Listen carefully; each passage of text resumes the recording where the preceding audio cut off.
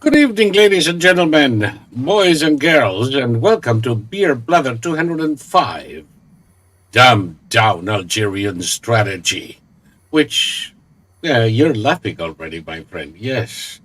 It is, I should say, more of a matter for laughing than anything else. I mean, the ridiculous spectacle, uh, over, to me, it overrides even political considerations. But anyway, this is Saul Montes-Bradley, the largest human repository of useless information from my golden cage in Florida. And right next to me, and I got it right this time, is Thomas Wictor, the only living expert in World War I flamethrowers and so many more things that shall become apparent, from Mexifornia. Suffering as only Victor can suffer the outlandish bullshit of Tinsel State. We're gonna get into that as well. In the meantime, we're coming live to you from California and Florida through our Odyssey channel, three timelines in Twitter, my own, Quad Verum's, and Thomas's. Here, this Thomas. And Thomas, people keep asking, is this a real account? And I keep telling them yes, because they claim to watch Beer Bladder, but apparently they missed the 100 times you said it was yours.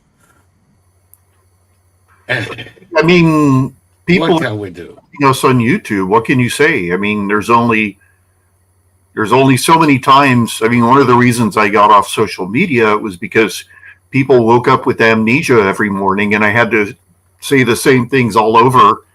Groundhog Day, Groundhog Day. Oh, Only instead of a groundhog, we have Hillary Clinton coming out of the hole every morning. well, when I finally called someone on it, she said, "Oh, I was just trying to be reassured." It was like, are you 3 years old? I mean, reassuring. Yeah, they need hand holding. They need hand holding. But anyway, so neither here nor there. And of course, we are in YouBoob because, as Thomas said, we have left YouBoob nearly 2 years ago. There are still 8,500 subscribers, and still 400 or 500 people show up. And then they complain that we're not there all the time. Hey, people, you see, right there in the description, there is a link. You click on the link, and by art magic, you're already watching this in Odyssey, where you can participate in the chat. And the last thing I'm going to say before we dive into the subject matter, please, I know it's a recession, though the Biden administration would claim it isn't. And I know people suffer, but hey, what the hell? Buy us a couple of cups of coffee per month is not that bad. And you won't have to choose between food and a couple of cups of coffee. And you can do that by joining as a member of the channel in Odyssey. $10 is our lowest subscription, exactly 2 cups of coffee per month. And that will allow you access to all sorts of members-only programming and perks. And otherwise, you can drop a couple of bucks at the chat. Please, don't do it in YouBoob. They're thieves. Do it in Odyssey, where, yes, they do take a little bit off the top, because, hey, they have to pay for all of this shit, but they are reasonable. They don't take 45, 50% as the YouBoobers do. Or, you know, if none of this is up to you and you don't want to make a donation to the Odyssey channel or become a member or send a couple of bucks in the chat, you can always come to quadverum.com/support us and make a donation that will go to the support of both the social media site and the channel. And that said, thank you, Thomas, for so patiently waiting for my PBS moment. How are things in Mexico? I understand they're about to be washed into the sea. Fine by me. I'm on a hill, but the legislation, they're doing everything they can to make the state competitive in 2024, and the newest legislation being considered is to make you pay your electric bill based on your income. Oh, so the higher your income, the higher your electric bill. So it's not enough that you actually pay for the electricity you're using. Now you have to pay for having more money than other people. That's the way it worked in the Soviet Union under Stalin, where rents for an apartment or electricity were not based on the size of the apartment or the consumption of energy, but based on income. And people paid a percentage of their income. Now, if I were unhappy enough to be in Californication, when they fornicate you with the electric bill, if they're going to charge me based on what I make, I swear to God, you would be able to see my house from the dark side of the moon. But this is in addition to what you pay for the electric bill. You pay a surcharge based on your net worth. It's even worse than Stalin. Yeah. No, so if you turn on all your lights, you pay for it anyway. But I mean, it's mind-boggling. That's it. I'd move out of California. That's it. I mean, as you know, we're in a kind of limbo because it's not up to me. And I mean, I could technically move, but what we need to do is we need to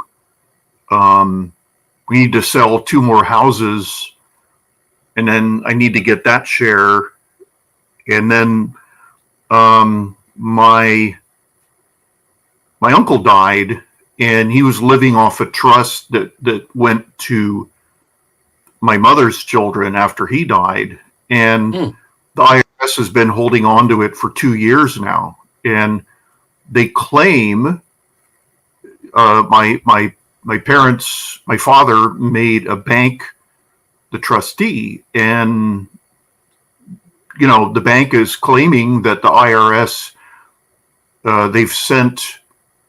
we've paid taxes on it, and the government took almost half.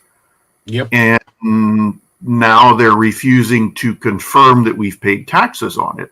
So it's been 2 years and everything's in limbo. So we need to sell 2 houses, and then we need to get the funds from this inheritance before I'll basically have enough money to move. And also, this is going to be the last time I move in my life. So yeah.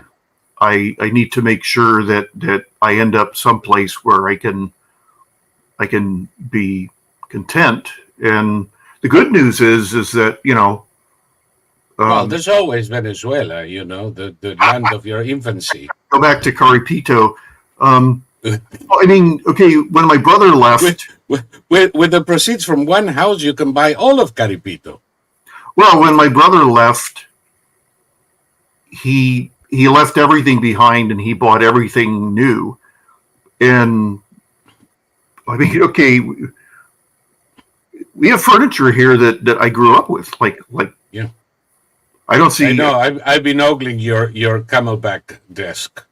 Well, I just think it would be kind of cool to take all this furniture and go full circle, and then, because I don't have any children, I don't have any heirs, so it's going to end up in Goodwill anyway. But Daddy, yeah. I would do just about anything for that camelback. Well, it's pretty. Unfortunately, I fully expect to croak before you do.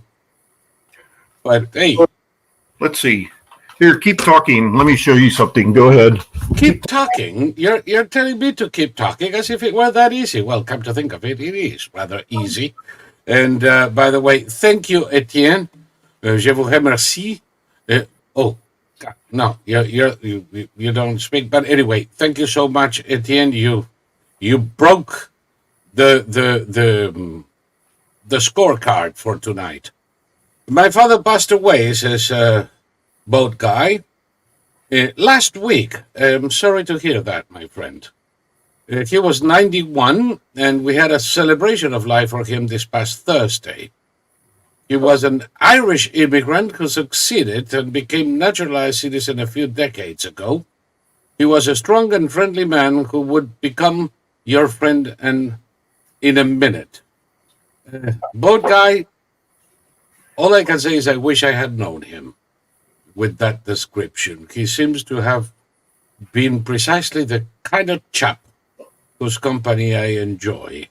91 is a ripe old age, and it's natural to see them go. But from my own experience, being natural doesn't make it easier. I hope you're doing well, and I hope that you remember him with a smile and a little bit of Irish whiskey on the side. Please raise your glass and wish him goodwill as he leaves us. I shall do so as soon as I get off camera, and I'm going to put a little Bushmills in a cup and throw a little bit on the floor and have a toast to him and with him. Yeah. Yes. I have a picture of here it is. Okay. My father was raised in Iowa, and his grandfather came from Hamburg, and his grandfather was born in 1867, and he basically raised my father. So my father had the values, and he spoke like a man born in 1867. Right. But we have a photo of. Hold on. Let me give you a bigger screen. Okay, we have a photo of my grandfather's hardware store. It's hard to see, and in the very back of his office here is this desk. So, yep. The one I'm ogling. Yeah, I discovered it. I looked through this when my grandfather died. When my great-grandfather died. This is my great-grandfather who started the hardware store. When he died, my grandfather took this desk down to the dump.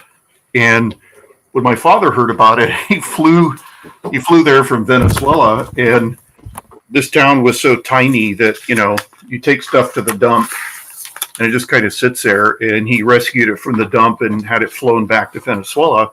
And, that's where it's been. So I'm going to take it with me. Why not? I have a coffee table there that has the teeth marks of all us little kids when we were babies and we were learning to stand. And it was just like the perfect height to just put your teeth on it. You were beavers. Well, we were teething. When a baby is, it has to bite everything. Yeah, I know. So I ate my share of lead-based paint doing that while teething. Yeah, I don't know if I ate any lead-based paint, but I ate Elmer's white glue. And I ate library paste. I know that's considered you're a paste eater. And it's like, well, yeah, it tasted good. I don't know what to tell you. I wouldn't make cocktails out of it or use it as a bread. No, but it's still flour and water. What the hell? Yeah, with sugar. Yeah. But I'm going to take. I'll take this. I'll take the coffee table. I'll take the Ethan Allen bookshelf. What you mean? You'll take when you move, not when you grow. You're not going to be buried with it, are you? No, I'm going to take it with me. Into the next dimension, and I'll be sitting No, it's. I mean, these are just things, and um, they're Yeah, functional. no, they're not just things. I'm sorry. I have here. I think I've shown you pictures once. Uh, uh, Yeah, I have a desk right. that was built in Philadelphia in the late 1700s, and it belonged to my great grandfather. And when they went to Argentina, they took it with them. And when my father came to Florida, he brought it back, and now I have it. And it's a piece of furniture. You know, what can I tell you? But it is not any piece of furniture. There are 6 generations of my family who wrote letters on it. Yeah, and I don't know. I just with me, it's not necessarily a sentimental thing. It's just that my life is. I mean, I lived in 8 houses growing up, and you know, that was when I before I went to college. Yep, Count college, that's 10 more, or that's yep. 10. Then I went to Tokyo, and it's 1, 2, 3, 4, 5. So we're up to 15. San Francisco, 16. Here, 17, 18. Now 19. I've lived in 19 houses. Yep. No, wait a minute. Is that right? They're probably miscounting a couple. It says 19 houses. I didn't hear Norway. Yeah, that was the 8, I believe. But I haven't had any stability in my life, and it's really funny. I mean, Maybe that's why you love that desk and I love mine, because in a hectic life, I lived like you in more countries than I care to remember, though I do. Um I haven't counted the residences, but it was at least 6 by the time I left Buenos Aires, and it's been at least 10 since. yeah. Although I should say I've been for the past 12 years in the same house, and I have every intention of not living unless it is fit first. And maybe that's why we are so attached to pieces of furniture that represent a certain continuity. Yeah, I mean, it's. I mean, if I couldn't take them, I would live. But okay, at my age, I'm going to go to a different state, a different home, a different city, different everything. I'm going to have to re-register the vehicles. I'm going to have to, vote. It's going to be a nightmare. And for me, just for Yep. me, not for the average person. And so if I have like this little oasis of sameness, then I mean, That for the helps. for the first time in my life, I have a routine. I never had a routine, and I wake up at the same time. I have a cup of coffee. I have a cup of cereal. Then I have another cup of coffee, a bowl of cereal, another cup of coffee. Um, then I work on the computer. I do all sorts of stuff. Then I drink my necessary water for my kidneys. Then I exercise. Then I have another. Then I have dinner. Then I have another cup of coffee. Then I do more work on the computer, and then I get ready for bed. And some people would think this sounds like a prison sentence. Not to me, it doesn't. Um, you know, No, it's the first time in my life I've ever had a routine, and you know, it's nice. So I find comfort in routines.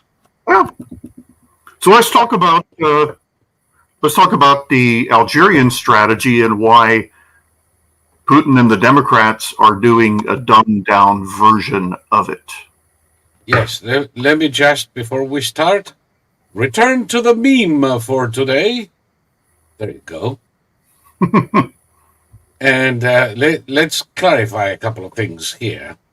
First, let me get rid of this sign. We are. Okay, we have the dumb versions of Biden and Putin, Blinken and Lavrov, and in the background, a vampirish Ayatollah Khamenei. Now, one that I missed here, because I learned of his particular shenanigans later, is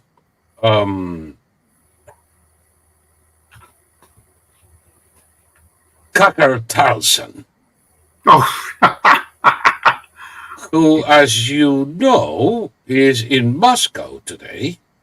I didn't know that. Yes, no, he arrived in Moscow in the morning and took a couple of pictures with Moscow in the background. And he's getting ready and making his ablutions because tomorrow he gets to fillet Putin himself if he can find Putin's stick.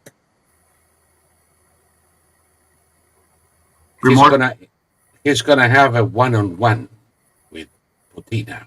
You're not kidding. I mean, this is real. This is real. I'm not kidding. I could not make this shit up if I tried. Okay, you know what happened? The Russians. Maybe the filleting part is a little bit of a joke, but I'm not sure about that either. No, the Russians called in their marker. Yeah. The Russians called in their marker, and so Tucker has to go do this. Yes. Because otherwise, they're going to release whatever information they have. Oh, you're gonna love this one even more. He's going over there to interview Putin and teach us all why we shouldn't be backing Ukraine. I'll make sure to miss it. I don't know. I'm somewhere between. Oh, fuck that, and no, I gotta see this. It's like a car crash. I suffer from severe rubbernecking on occasions. Well, this is insane, but it is part of the stupidity that brought us here tonight. Just so Tucker knows, the violent crime rate in Moscow has gone through the roof because all the prisoners that survived 6 months in Ukraine have come home and they've had all their crimes forgiven. They've had pardons, and they all started with a clean slate. A colonel who flies the Tupolev Tu-95 bomb, they tried to mug him in his car, and they ended up shooting him, and he's in the hospital. Yep. Condition unknown. Rapes have gone up. They've freed the 2 known cannibals that were in prison. Yep. Maybe I wish, if we're put to choose, I hope that Tucker doesn't run into a rapist, but runs head on onto a cannibal. Well, see, the thing is that if I was in a debate with Tucker Carlson, he wouldn't. He has no facts. I mean, this claim that Ukraine is. That the Russians are our natural friends, our natural allies. I mean, this is beyond belief. This is just as when utterly. Well, I mean, he said this. He said that Russia is a natural ally. Yes, and this is just as stupid as saying that there's no such thing as a biological gender. I mean, this is insanity. The Russians. Yes. Especially under Putin. Putin hates us. He hates Tucker Carlson, and I don't know. It's just remarkable the things people will do. Okay, obviously Tucker has skeletons in his closet because he wouldn't be doing this just for mere money. He's getting enough money as it is, but no, it's not about a thing. I think. This is him. I mean, we've been calling his moves now for quite some time. This is who he is. He's a collectivist little piece of shit who hates America. Well, I don't know. I just the mind boggles, and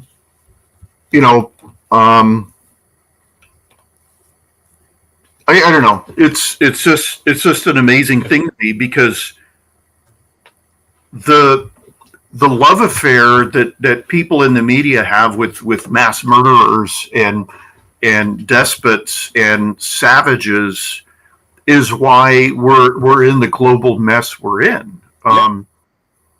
And all right, well, enough. Tucker is the kind of asshole who would have told you, why are we waging war on the Viet Cong? Ho Chi Minh has an American flag and loves America and wants to emulate Jefferson. And that's because they're ignorant fucking assholes. Or anyone. I mean, it's any war waged by the United States is illegitimate, and no, Tucker claimed that he flew to Mar-a-Lago to explain to Trump that if we went to war with Iran, then civilians would die. And Trump said, "Really? I didn't know that." So Tucker credited himself with stopping Trump's inevitable march to war with Iran. And this is an amazing thing to say. And let's face it, it's beyond stupid. Right into fraud. Yeah. No, I mean, he's a fraudster. Of course he's a fraud. He's a fraud, and he's a fraud in a way that Alex Jones is a fraud. Yeah. And, all these people who we're supposed to be in love with because they're rock-ribbed conservatives, they're no such thing. They're opportunists. Yeah. They're being blackmailed. I mean, I don't know. It's remarkable. But all right. So the Algerian strategy. Algerian strategy. Let me start with Algerian strategy, which we have discussed before, is something that I saw happen in South America a gazillion times, that I speculated some years ago, particularly in the 20s, that in the U.S., where people love liberty and their individual freedoms, how do you get them to give them up? And you get them to give them up by creating chaos on the street, by letting the dogs of Black Lives Matter and From the River to the Sea loose on the streets, breaking windows, stealing from stores, harassing people, until folks demand security, demand the restoration of order, and then become perfectly willing to give up those cherished liberties in exchange for some perception of safety. Well, that's what the Algerian strategy does. But, and here's where you come in, Thomas. Well, this is the dumbed down version. Yeah, it's stupid because Americans aren't like any other people. Americans are armed. Americans will never give up. Americans are willing to give up parts of their freedom that they don't consider vital, but they have a point where they say enough. They're at that point. And then the final reason this is so stupid is in every other country where the Algerian strategy has been successful, the people had a choice between an authoritarian government and terrorism. Yep. We have a third choice, and that third choice is Donald Trump. So we know, and we also know, okay, the Algerian strategy is named after the Algerian government of the Algerian Civil War of the 1990s. They didn't come out and say, and now we are supporting the armed Islamic group. It was clandestine. Yes.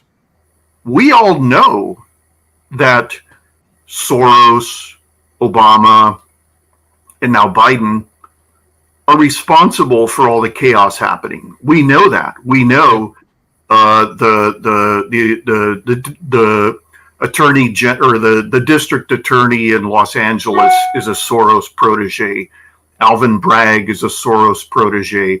Every district attorney and attorney general who is releasing criminals into the society is a Soros protege. And so we know where all of this is coming from. So we're certainly not going to turn to the people creating the chaos and say, please save us from the chaos you're creating. We're going to go a third way. We're going to go to the other guy.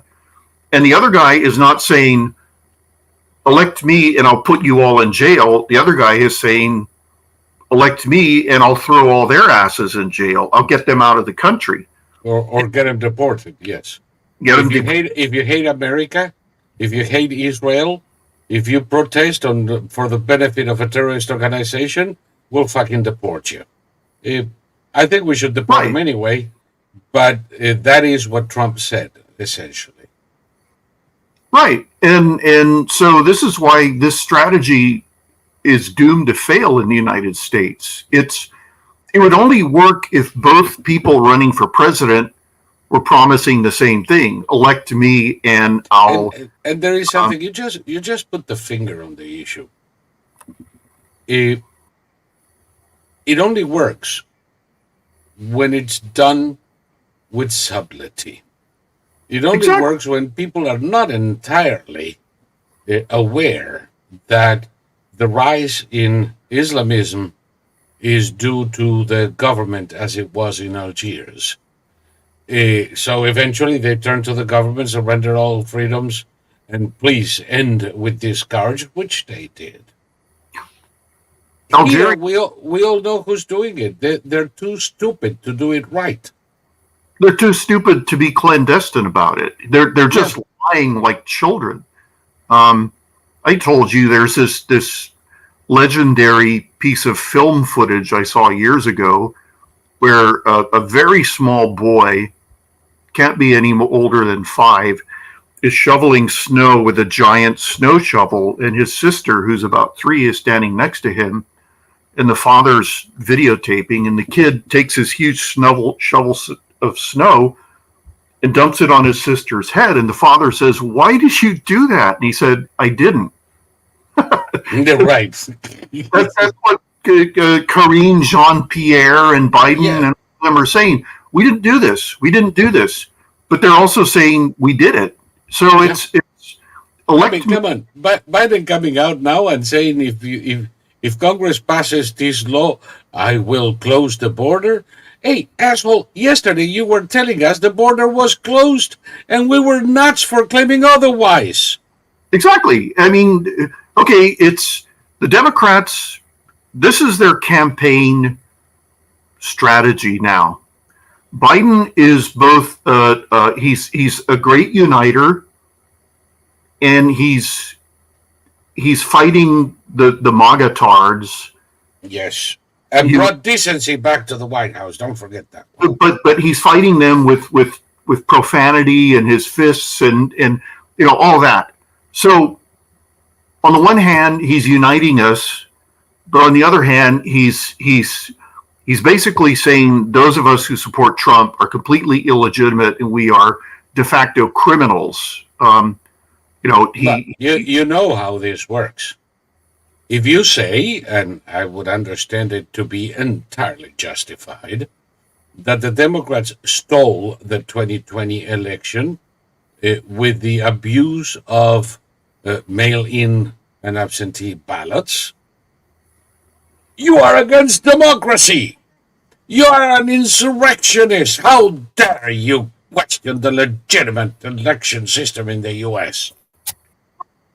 When Hillary Clinton comes out of hiding last week and claims he resuscitated the vast right-wing conspiracy, remember that one? When in the 90s, say it again. Remember when in the 90s Hillary Clinton claimed there was a vast right-wing conspiracy to expose his husband's philandering? Right. Well, now she resuscitated the vast right-wing conspiracy, except that now there is a vast right-wing conspiracy that will steal the 2024 elections.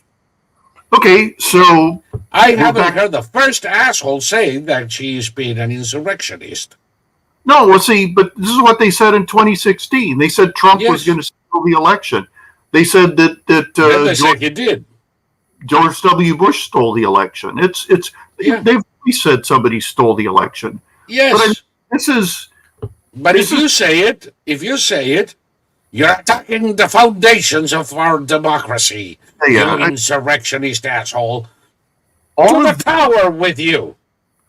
all of this is, again, it's so obvious and so childish that it would only work for so long. And okay, they just arrested, I think, the eighth transsexual would-be school shooter. So Yep. when the Democrats embraced transsexual activists, that was them signing their own death warrant politically, because the activists, there's nothing sympathetic about them at all. And when they start like murdering your children, then that's a sign that the Democrats are supporting this. Yep. Another manifesto is in Always did. another manifesto. Always did. Why do we have all of those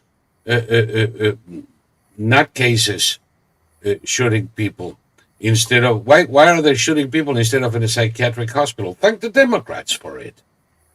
Well,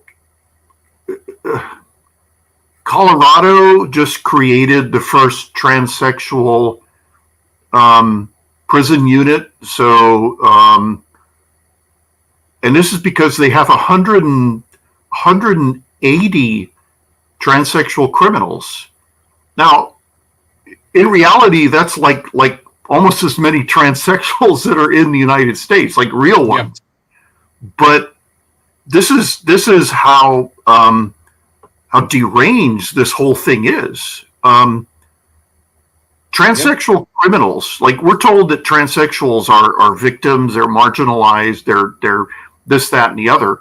Transsexual criminals in jail are like raping women, and it's like, wait a minute, I thought this guy was the victim. So, I mean, you put him in right. with. But you see, when you say that it is enough for somebody to state their will to change gender, to be ipso facto accepted and nobody can discuss it, how long would it take a rapist in a male prison to say, I am Loretta now? Yeah. I demand to be put in the women's prison. And of course, the moment they do, he rapes the first 12 poor mucks who happen about him. What did they expect? Well, it's interesting because I watch a show. It takes place it's a reality show that takes place in the Las Vegas jail. And they had a transsexual, and they had to determine where this person was going to be put. So they took the person into a room and they checked this person's genitals. And this person was presented as a female, but had male genitals. And they said, you're a male, we're putting you in with the males. Oh, I can't be put in with the males, but you can't be put in with the females. And, because then the females are endangered. So you get to go in with the males, and, if you want, we'll give you a hat to put up your hair, and you can find a steady boyfriend. You can scrape off your makeup, and and that's the end of that. I mean, they were all very business. How many women do you know, trans men, have requested to move from a women's prison to a male prison? Well, I don't know any transsexual prisoners. Precisely. We know that a bunch of male prisoners here in England, in other parts, have requested transfer to the women's prison, but not the other way around. Isn't that tantalizing? Well, it's all madness. It's madness that, as my brother says, if you can't diagram it, then you have to just discard it and ignore it. And none of what the Democrats are saying and doing can be diagrammed. I mean, it's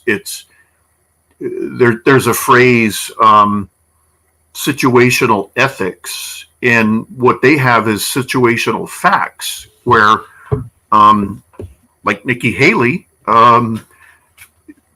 whatever the situation, you say a different thing, and it's amazing that they've gone this far, and now, okay, we allegedly launched massively successful airstrikes against Iranian proxies, but you're being facetious now. I mean, we did no such thing. We gave them a 48-hour warning, which they moved all their weapons, and they sacrificed a couple of depots. Yes, and we did, and the U.S. did what we thought it would do, which is warn them, then go and drop a few bombs in places that were practically abandoned. There's one case where they killed 12 people or something like that, which is probably one that didn't take it seriously. But other than that, there were no casualties. In a couple of cases, there were secondary explosions, but we don't know how many. And there were a few very scared camels in the vicinity. And that was it. We have done nothing. Nothing. And this is to limit the ability of Iran proxies to carry out attacks. And this is what happens when you elect a president who's compromised by Iran. And we don't know how he's compromised by Iran. We know they own him. They own him. They own him. The Chinese own him. And despite everything we've said, the aid to Ukraine. Okay, now the latest thing is that the Ukrainians are incapable of being trained on the F-16s. Now, I thought they were all ready to fly the F-16s, and now suddenly they're not going to get them because they said that out of the 30 pilots, only one was able to pass the final test. Bullshit. That's what I think. There have been Ukrainian Air Force and airline pilots. I mean, Ukrainian airline pilots were flying all the most modern jets. Yeah, and frankly, anybody who can fly a MiG can fly the F-16. It's not that different. No. So tactics are a different matter, but last I heard, enough Ukrainian pilots have trained and passed their tests and are ready to receive, to fly planes when Ukraine receives them. And Ukraine is about to receive 16 from Holland. Right. I shall be, by the way, in The Hague at the end of the month, and I'm talking to people who have something to do with this. But they're getting the F-16s. Well, but it's being interfered with by the United States. And but Europe just approved $50 billion additional dollars, a few more F-16s, a shitload of surplus. Well, shitload. Luxembourg is giving them weapons. Kuwait has just announced that they're going to give them something like 150 upgraded T-72 tanks. Fucking Ecuador is giving them weapons. Yeah, and Ecuador. Okay, the Ukrainians are angry at Trump and the conservatives for blocking aid to Ukraine, but what's happening is that Biden has deliberately put a border situation, funding for making the border more porous. He's tied that to the Ukrainian funds, knowing that Republicans wouldn't go for it, and then they would get the blame. And when I listen to poor Dennis Davidoff on YouTube, he now hates Trump and he hates the Republicans because until next week he's fallen for the lie that this is all the fault of the Republicans who hate Ukraine, and that's not the truth. It's that. But remember, Dennis Davidoff I watch his videos too, and lately he's gotten more boring than sucking on a rusted nail. Well, he's a pessimist. He always sees everything in the darkest light, and what he has yet to grasp is that we have no idea. Okay, the current hotness is that Zelensky is going to fire the army chief of staff, and it's a done deal. Well, we don't know that. We don't know that. It's being reported by the Western press. Mm-hmm. It's being reported by the Western press. I mean, that doesn't mean anything. And no. The Ukrainians are masters at putting out disinformation to make themselves look much weaker than they actually are. And let's face it, a very wise move. Of course, the Russians do the opposite. And then when the Russians are revealed as being clowns, this is why the Indians have finally said, okay, no more Russian hardware. We're going full American. We're transforming everything into American hardware. Pretty much everybody is giving up on Russian hardware. Yep. And the reason, by the way, Ecuador is donating arms to Ukraine is because they have abandoned their Russian equipment. Yes. They don't want it anymore. It doesn't fucking work. Argentina has given a couple of helicopters for the same fucking reason. And, it's okay that they give it to Ukraine. Ukrainians will know what to do with them. But it gets to a point that nobody wants Russian material anymore. No. Because it's proven to be, what we said, it. I saw a British. Okay, there's tons of tank restoration videos on YouTube, and there are private organizations like there's a Czech guy who's got his own little armor museum, and he has the only working vehicle from the Battle of Stalingrad, which he refurbished all by himself, and he started out as a hobbyist who's now he's an expert on everybody goes to him for spare parts and all, because this stuff is still in barns and in bogs and in all over Europe. And I saw these guys who had a T-72, and they were showing that the driver, in case of emergency, it's much easier for the driver to go up through the turret and come out the commander's hatch.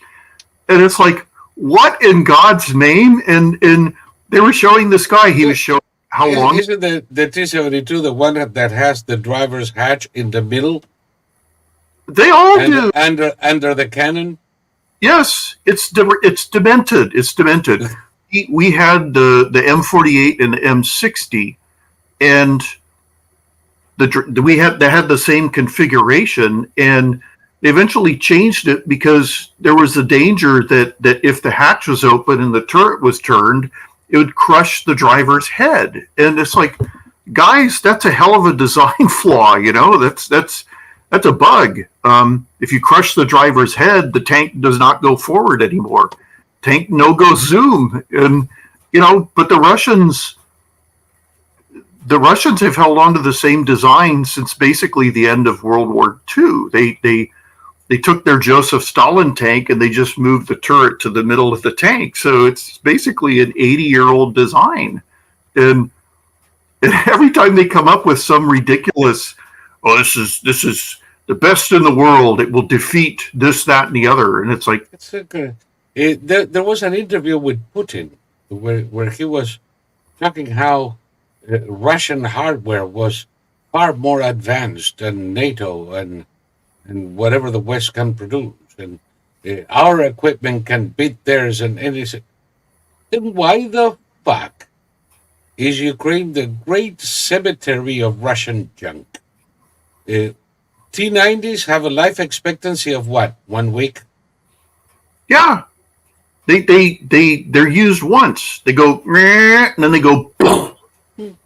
I mean, over in Avdiivka, they just did another.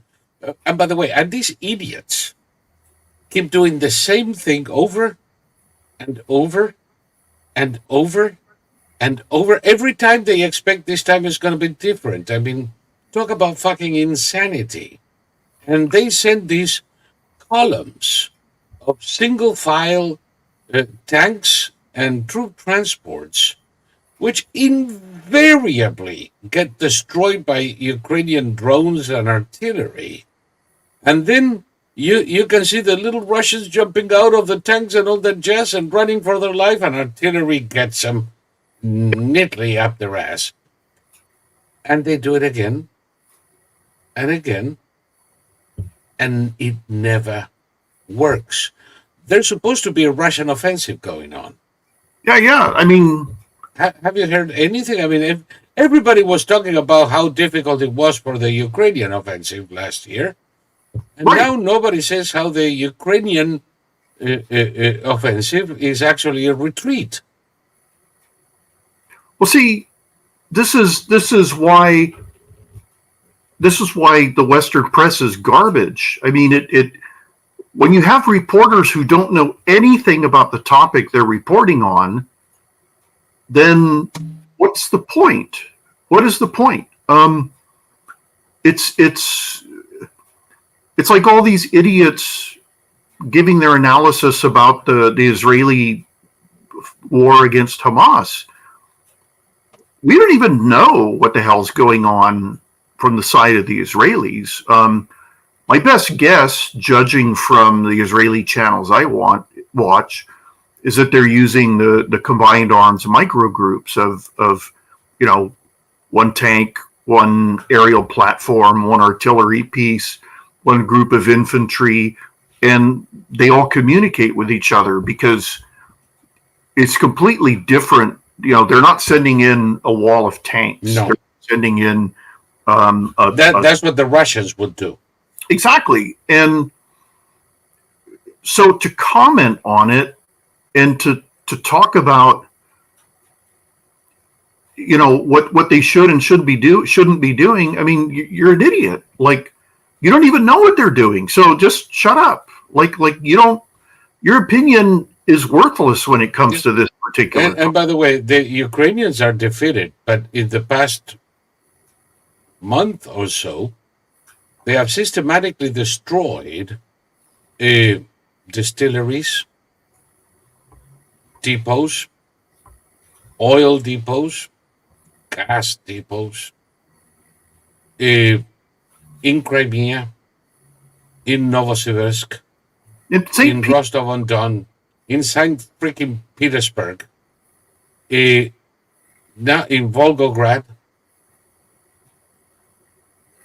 The result is that Russia is not only their exports have fallen dramatically, they're running out of fuel, and they have electricity shortages throughout Russia. They're freezing their asses off in the middle of the Russian winter. Instead of Europe freezing off or Ukraine freezing off, it is Russia that is freezing their ass off. Millions of Russians, and I'm not saying this as a hyperbole, because in one city alone there is 1 billion that are without electricity or heat. And millions of Russians without electricity, without heat, without gas for their cars. And all of it is a direct consequence of Ukraine's clever attacks on Russian infrastructure and distribution. Well, the Ukrainians have created the longest range drones in the world, and they haven't even unveiled these. All we know is that these things are able to cross, they're able to go. I think the longest range one was over 600 miles now. Yeah, they're hitting St. Petersburg from Ukraine. Give me a fucking break. And okay, one of the refineries and oil depots they destroyed cost Russia 30% of its exports. Just one. Yeah, that was the Lukoil facility. Right. So we're looking at the very real, not just a possibility, but the probability that Russia is going to lose the ability to export oil. Yeah. And, they apparently have no means of stopping it. No, and in Russian infrastructure is collapsing because they're dedicating 80% of the budget to the military effort. And of course now they're going to be lacking the currency. By the way, there is a second whammy. There is a double whammy because one is the Ukrainians destroying their ability to export oil, and the other one is the Chinese and Indians banks refusing to finance import-export activity with Russia, not to fall afoul of U.S. and European sanctions. Yeah, So one of the things that we're doing, exported to India, where oil was refined and re-exported to Europe, that one is coming to an end because of the financial sanctions. Well, going back to the idiocy of the press, it was just reported by the European and Western press that the Russians had converted one of their 2,000-pound bombs into a gliding bomb that has a 600-mile range. Mm-hmm. That's impossible. There's no glider on Earth that has a 600-mile range. You can't. Number one, unless you throw it from the moon or something, because it is a function. The gliding bomb, it's lifted because of its linear speed. Now, it has to be in a constant fall. If it stops falling, it drops in place. Basically, and that means that there's a maximum distance it can cover before it hits the ground. well, And it's not 600 miles. all gliders are like 50, that. maybe. All gliders are basically descending, and Yes. unless you find an updraft, and even if you I used to fly gliders. right, I have the pictures to prove it, by the way. And yes, that's what you do. Is a controlled fall. If you lose vertical speed, you lose lift.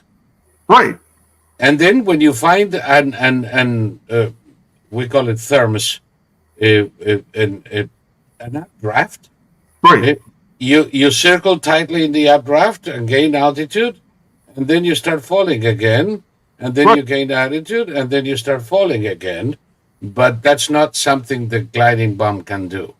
No, because it's not. It's a dumb. I mean, technically, it's control. Well, the Russians.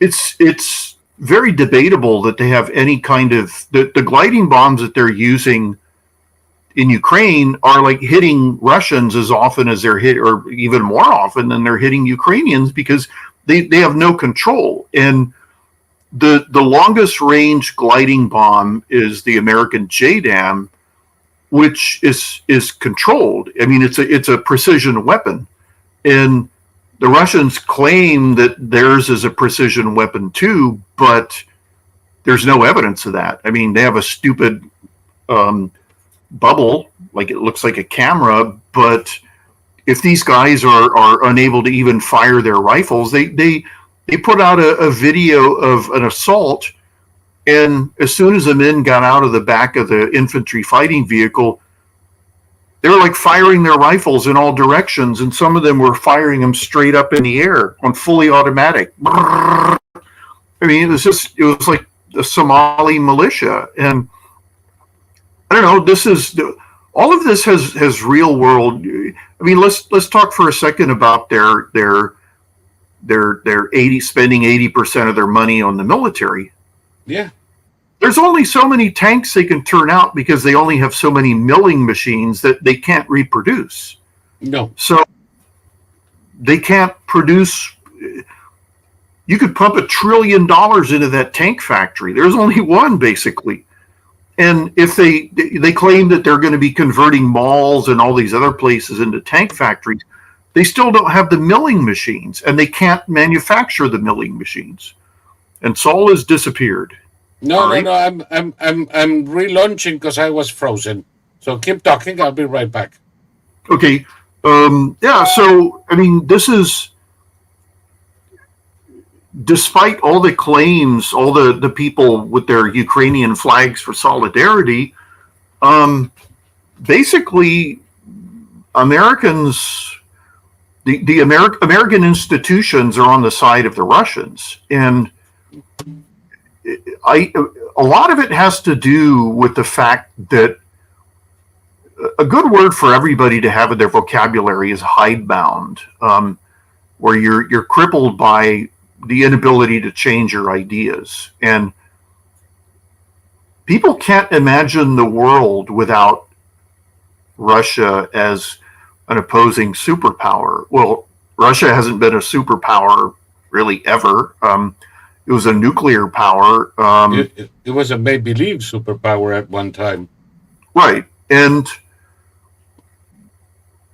all the countries that are committing global crimes do so because the West lets them. Like if Biden had been serious, we could have taken out all the Iranian military capabilities, like you said, in one night, maybe In two. one night. By the way, we're living Ubub, people in Ubub. The link is in the description and the chat. I'll see you guys if you follow us.